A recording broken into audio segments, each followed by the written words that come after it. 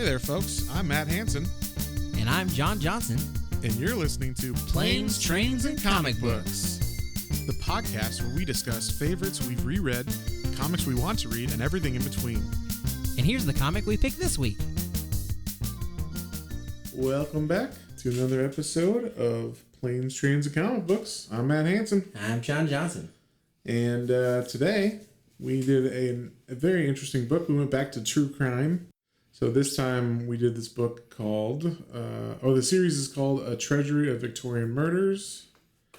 And what's the name of the book? It's called The Beast of Chicago. The Beast. That's right, The Beast of Chicago. And this is by Rick Geary or Geary. I don't know. Geary, yeah. I don't know how you pronounce it. He wrote and drew it, and it's a true crime biography book about H.H. Holmes. So that was very, very interesting book. I really liked it. What do you think, John? I liked it a lot too. I liked that there was the disclaimer at the beginning that this is the most true story that he can get from it because it's based on a couple true, first-hand accounts that are supposedly true and the public records that are available. Right. And also, I mean, this is from the 1890s, I think. Yeah, when right. it was going on. Yeah, so, right further through the century. So, not a lot of, not the best record keeping back then. No Twitter or video cameras, yeah. iPhones. So, so I guess we'll tell the story of the book. Basically, it just tracks the life of H.H. Holmes as he went from like birth and who his parents were and whatnot, and then how he just kind of, for some reason, because it didn't seem like he had a reason like other serial killers do, that he just went into murdering people. Now, the only thing that I noticed when they were talking about his childhood is they said that when he was going to medical school, he did operate on and work on animals. And that is kind of one of those old, yes, that's one of them, tropes. but usually there's family, like he's got an abusive family. Exactly, or trauma. Yeah, or it just seemed like he kind of fell into it. At first it started as him conning people, and then he was like, if I con people, they find out about it, then I go to jail, so I'm going to kill them. And then it ended up being like, I'm going to build a murder house before any conning happens and kill those people and Yeah, his foresight to make this murder house, we'll call it, is wild. Because the construction, everything that went into it, and his preciseness is we'll get into how it was built and how the plans are made for it. It was wild. Yeah, one thing I liked about this book is he really focused on that murder house. I think he knew that was kind of the coolest part, or I'll say coolest, but the most interesting part of H.H. Holmes' murder spree. And so he, in the beginning pages of the book, he put a floor plan of each room and all that for each floor of that murder house. It was very cool. That was really interesting. What'd you think of the art and the writing and all that kind of stuff? I liked it.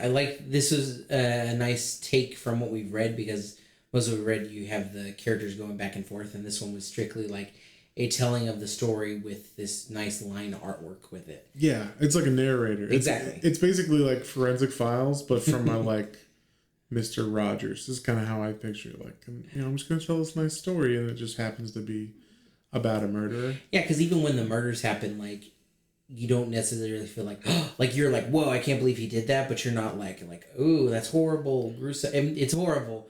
It was so calm, the art style was so just oh, this happened, the writing was this happened, and the art was and there's some stuff, but it wasn't super graphic. Yeah, it just had a good flow, but that actually made it shocking when he would say, and then he chopped them up and threw them in an oven or whatever, and they found 500 women, or not 500, but they found 40 bodies that they couldn't even identify, and you're holy shit, and they're just stating it like it's a fact or whatever. That made it kind of more shocking to me. Like I said, I like the line work, and then it was pretty straightforward as far as a comic stance, the reading from panel to panel. But then every once in a while there was some really unique panels. I remember one in particular. There's the main action point in the center in a circle, and then there's like cuts of like then a big square around that, and like all these like triangular pieces around it. They're like a pie. Yeah, there were a couple of those in there that kind of broke it up when something kind of major was going on, so that was kind of cool. I liked it. The artwork was really nice. Yeah, he did. Have you ever seen his art that's his style before? It looked familiar. Like it definitely, the caricatures had a familiarity sense to them. Yeah, I thought so too. And I went and I looked up because I had a friend.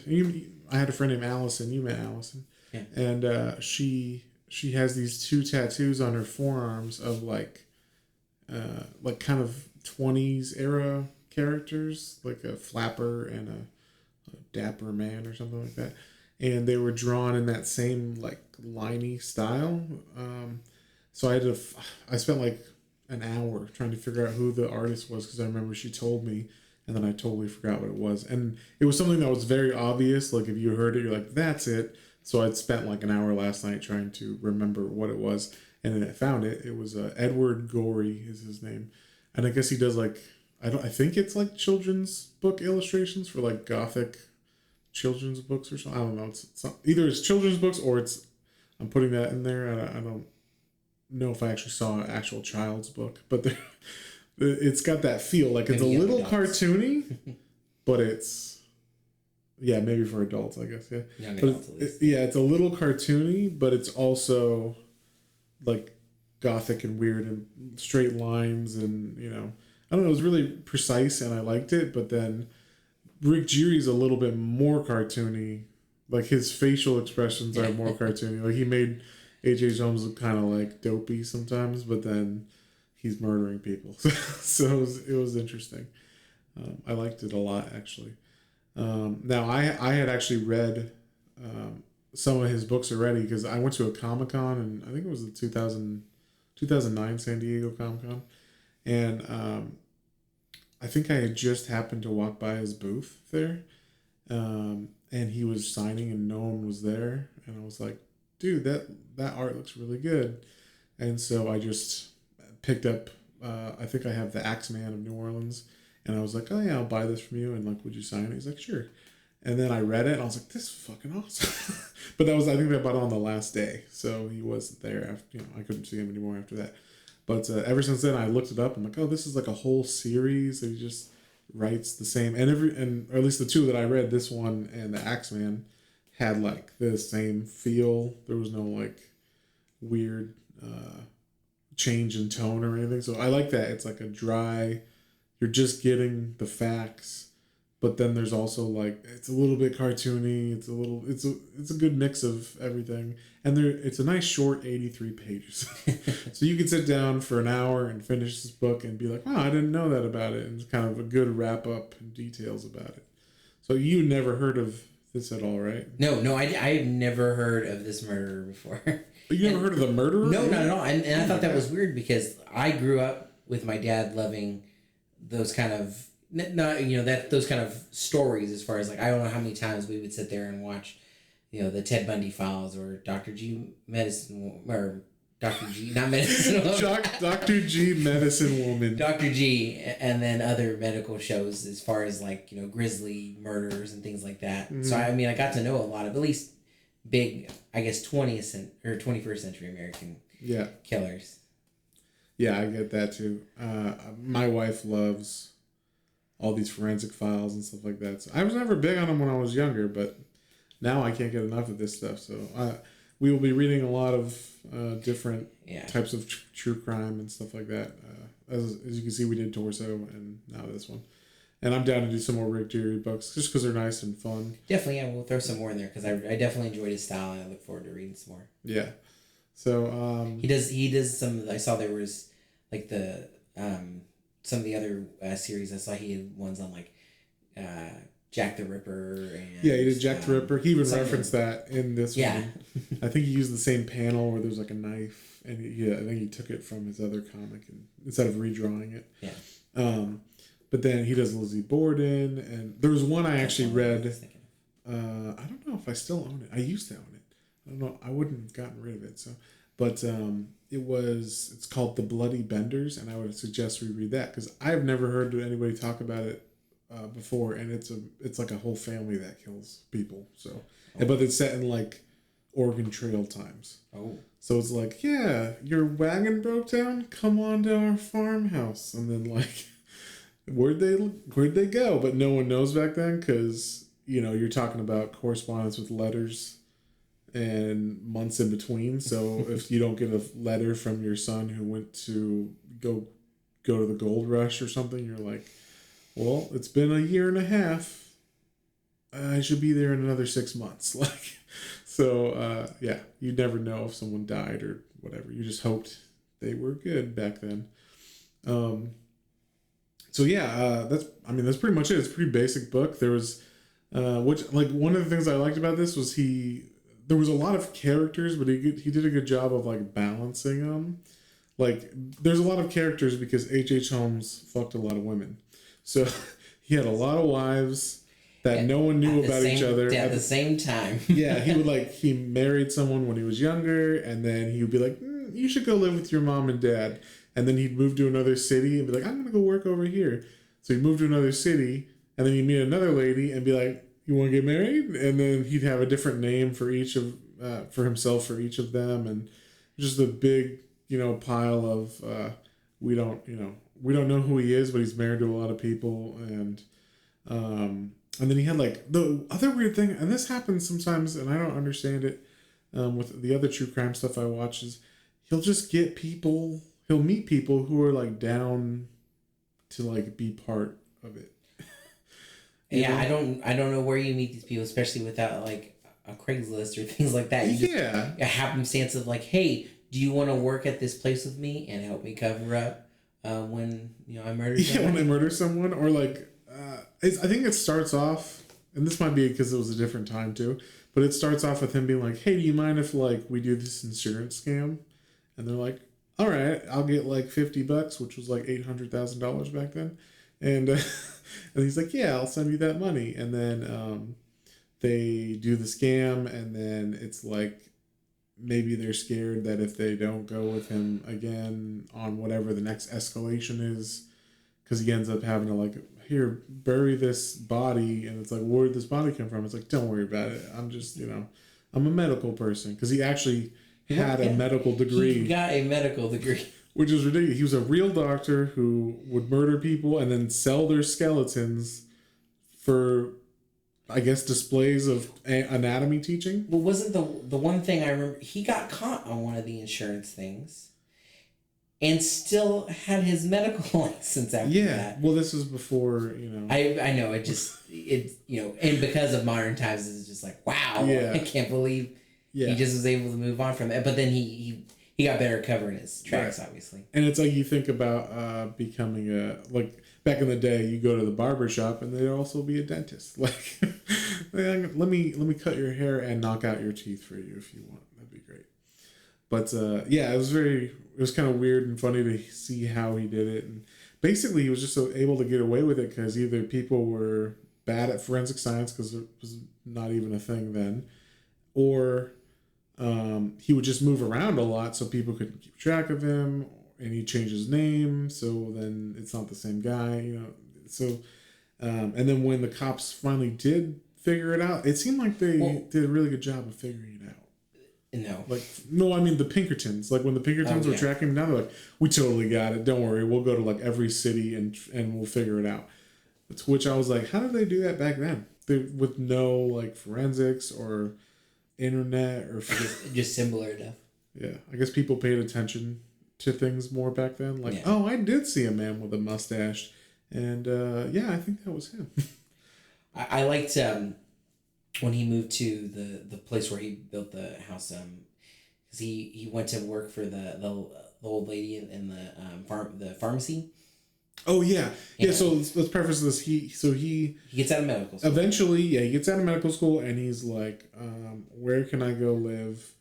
He dumps off his first wife. Yeah, he dumps off his first wife with her parents, and he's like, okay, I'm gonna go to Chicago. Chicago, that's right. And he met another wife there, and then also I think he had a kid with her too, and then he just was like, "You and the kid should go stay with your parents." Yeah, in the north side of town. Yeah, they live on like the far, far north side of town, or like just the outskirts, I think. Yeah, and so he was able to like, you know, figure it out and murder people with her not even knowing, because she's like, I guess, you know, back then 20 miles was like 200 miles, so it didn't matter.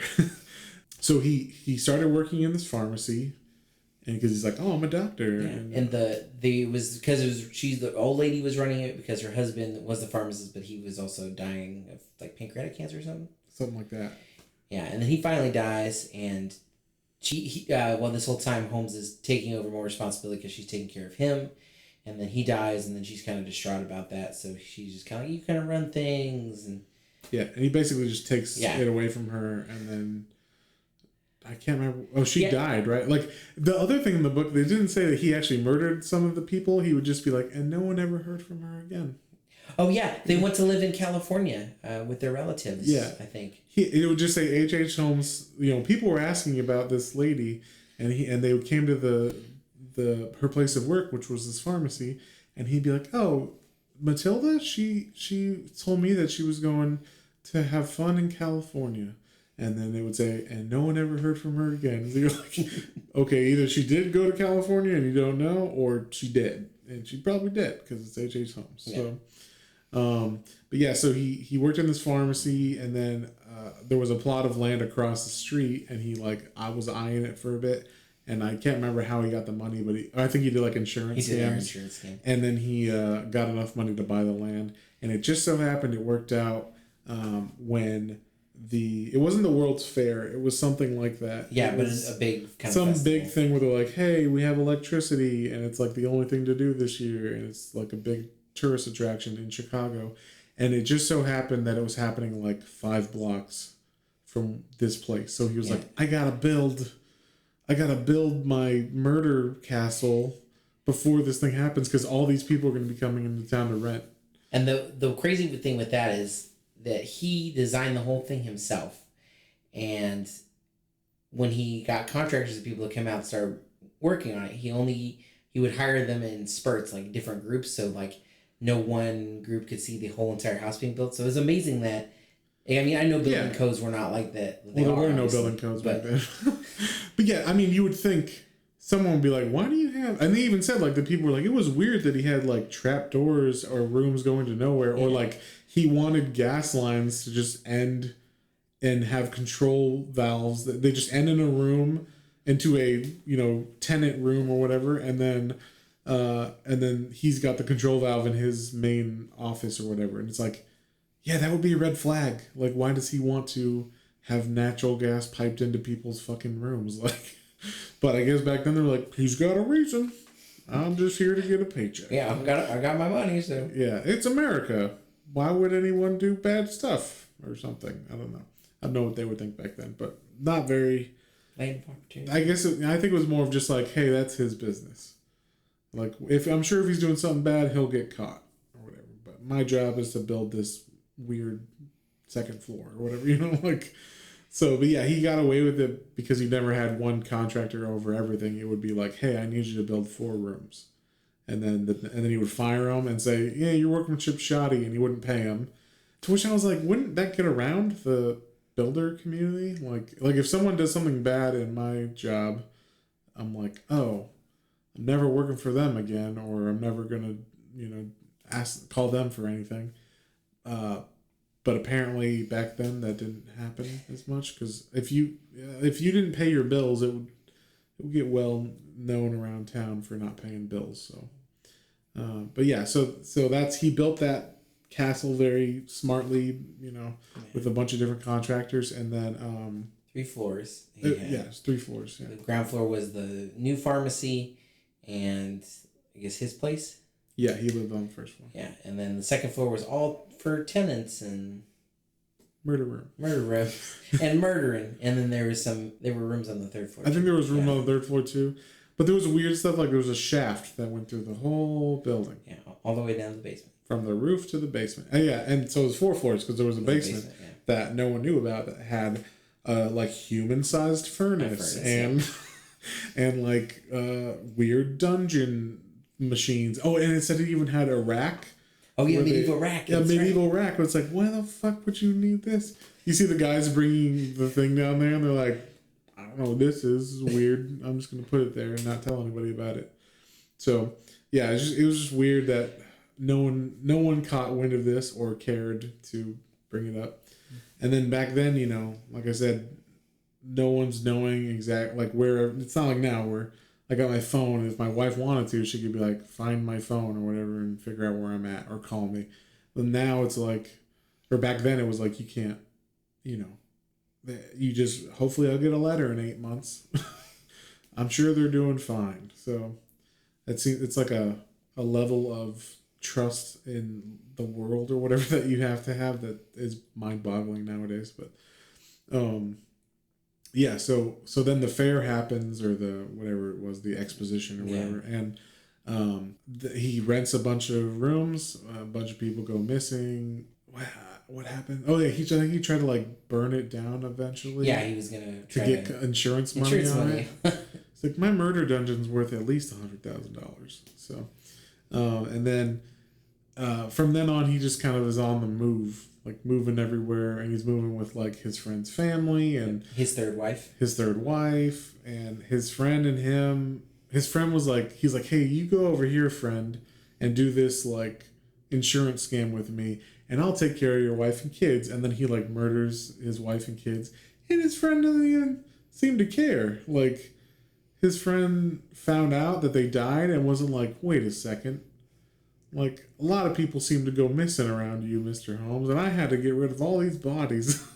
And he never puts two and two together the whole time. And yeah, so he just goes around, and eventually I think the Pinkertons find out about some insurance scam. That's what it was. Yeah. Some guy was like, hey, he ripped us off. And then they eventually go to the Pinkertons, which back then were like the FBI kind of thing.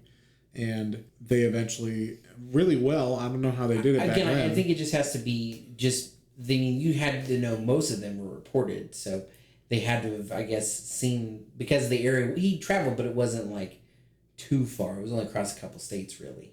Yeah, but back then, that's like half of the known world or whatever. You know what I mean? Like, if you go from there to Oregon, you're like in Timbuktu, you might as well be. Like it's so far, it's not easy to keep track of people, I would think. So, but maybe I'm wrong. I don't know. It just seems like a long distance by, horse and buggy and all that stuff. So, so he finally gets, caught, and apparently he was just like, oh. He was just ready for it. He's like, you okay, finally got me. Yeah. You take me.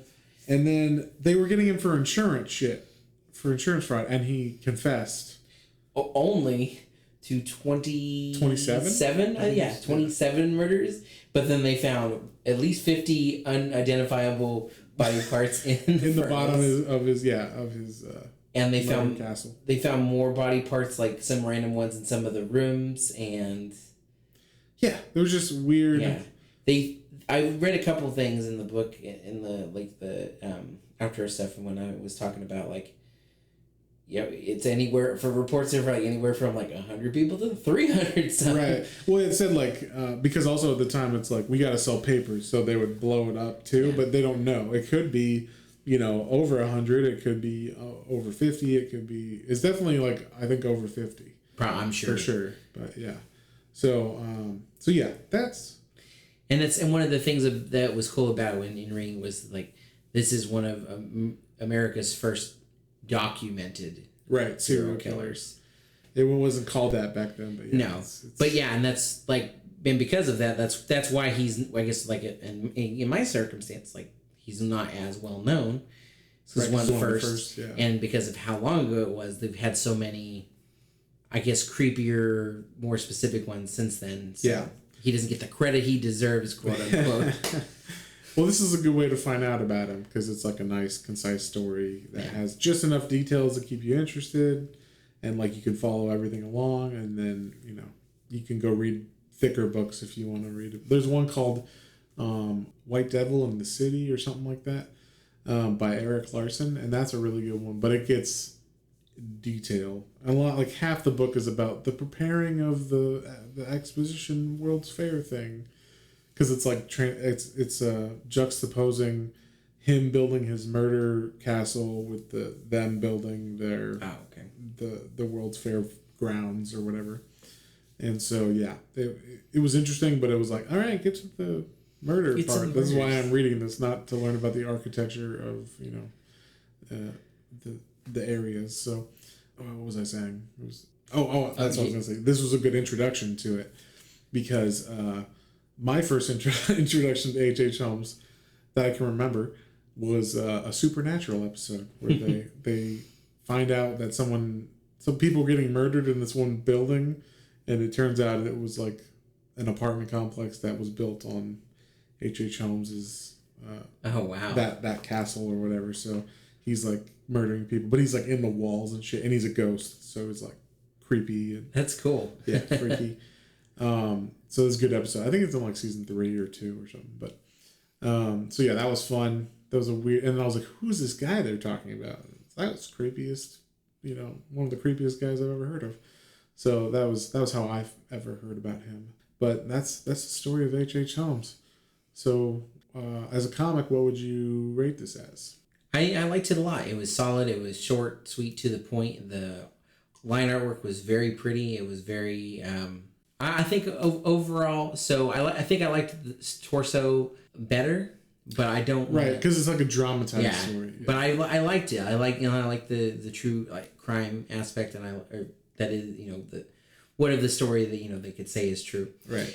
And we're gonna have to grade them like on a bell curve on these because this is so much different than an actual than torso. Definitely. Or like a fiction. This is non-fiction, so it's going to have a different feel. Yeah.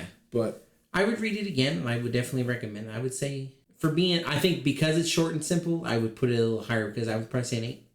An 8? Okay, cool. I was going to say 7. That's what I was thinking, but I think because it was concise and short. Yeah, it's a quick read. I would go with 7 only because it is like short and concise. It's fun. It's nice. There's that rhymes, but but there's it has like it's great for getting people into comics. Like you could give this to a kid, although this is like a bit of a harsher or heavy a teenager. Yeah, a young adult, a tween, and someone who likes Goosebumps and Are You Afraid of the Dark. Here you go, read this book. If you want to get into comics, here's like an interesting story, and it's interesting enough to keep their attention. The art's really good, so that's always a plus. The art is also really good, not just the way he draws, but the way he tells the story through the panels. Easy to follow. You don't have to like flip the book upside down and twist your head sideways to get it. So I would give it a 7 just because there was no drama because it is nonfiction. So there's I'm sure you could read something nonfiction that's just as compelling. But this just does a nice job, like a good job. It's better than a 5, better than a 6. So I'm going to have to say 7. So I think that's it. Yeah, I think that wraps up another one. Awesome. Well, see you later. Take it easy. Bye. Well, folks, hope you enjoyed that episode. If you did and you'd like to follow us on social media, our Facebook is Planes, Trains, and Comic Books, and our Instagram is @Planes, Trains, and Comic Books, all one word. And be sure to like, share, and subscribe for more recommendations to add to your weekly pull list. Thanks for listening, and we'll see you next time.